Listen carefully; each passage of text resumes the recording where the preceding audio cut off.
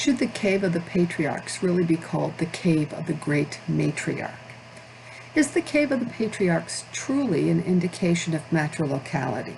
And I'm going to be making that argument that it is.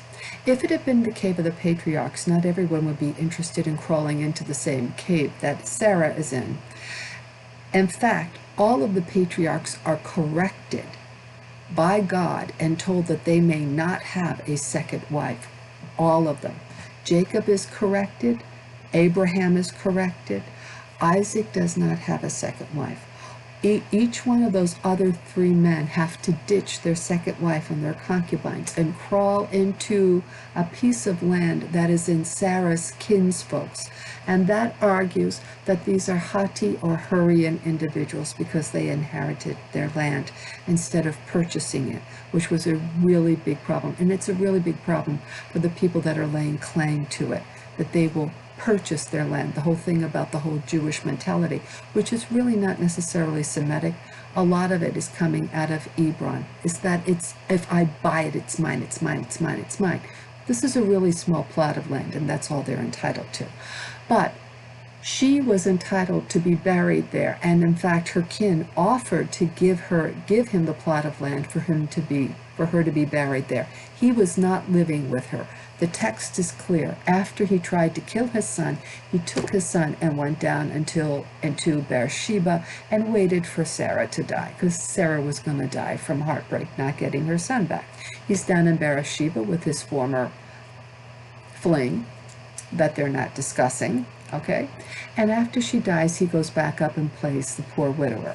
None of this is true. You got to read the story. He's really horrible. They offer to give him the property for her to be buried there. He says, oh, no, no, no, no, let me purchase it so it's mine. They say, oh, no, no, no, we'll just give it to you so that she can be buried there. And he wants to be able to hold it and retain the property himself, because he's going to crawl himself into that area and claim it. None of this is actually true, and this is a really ugly story on the part of the Jews. But what it does do is prove that she is the gem and not him. That they're all crawling into that spot. They're relying on her land claim rights and not on his land claim rights. He simply owns a little itty-bitty plot of land. And he was only able to even put that foot in there because she's the one who's related.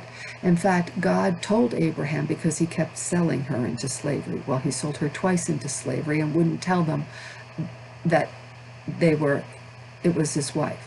Nobody was threatening him. Okay? He gets kicked out of Egypt, and the other king kicks him out and pays reparations for Sarah. This is not about the man being a good guy. And God says to Abraham, you will no longer call her Sarai, my princess, my noblewoman. She's Sarah.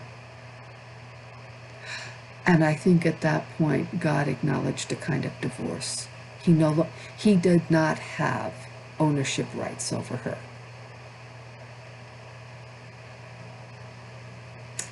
So I have something to say to the archbishops, to the patriarchs, whether you're Orthodox, Jewish, Islamic. God is not on your side. You have no claim. You have none. So you better shape up, because you're on the outside. You're not on the inside with God. You're on the outside. Now this brings me to another important aspect of the Nazareth, which is what Jesus was. And I've showed you the pictures before of the Lost Book of Nostradamus that shows the huge God with the long hair, kind of androgynous looking, but long, long, long, long hair. And the Nazareth had long hair. They didn't shave them the way the Jews did at that time, which was Egyptian, with the airlocks and the bald on top, and then the circumcision. It's all African, okay? And because Sarah's baby was a miracle, both Samson And Samuel's mothers designated their children because they had kind of a miracle baby. So it makes perfect sense that Jesus would be a seed of Sarah and Nazareth, and that he was a kind of miracle baby. Luke, John does not have control over the Virgin Mary after the death. That's made up, because if he did, he would have spoken about it. But Jesus must have been special in some way, because he was a Nazarene, and each one of them made claims to the ways and the means of Sarah. It may be that Sarah isn't even in Hebron. It may be that Sarah was in Nazareth, and that was a pilgrimage place to go up and study her ways and her people's ways. I don't know. And I'm praying about that one. Okay, there you go. Bye. Oops, let's see if I can turn me off.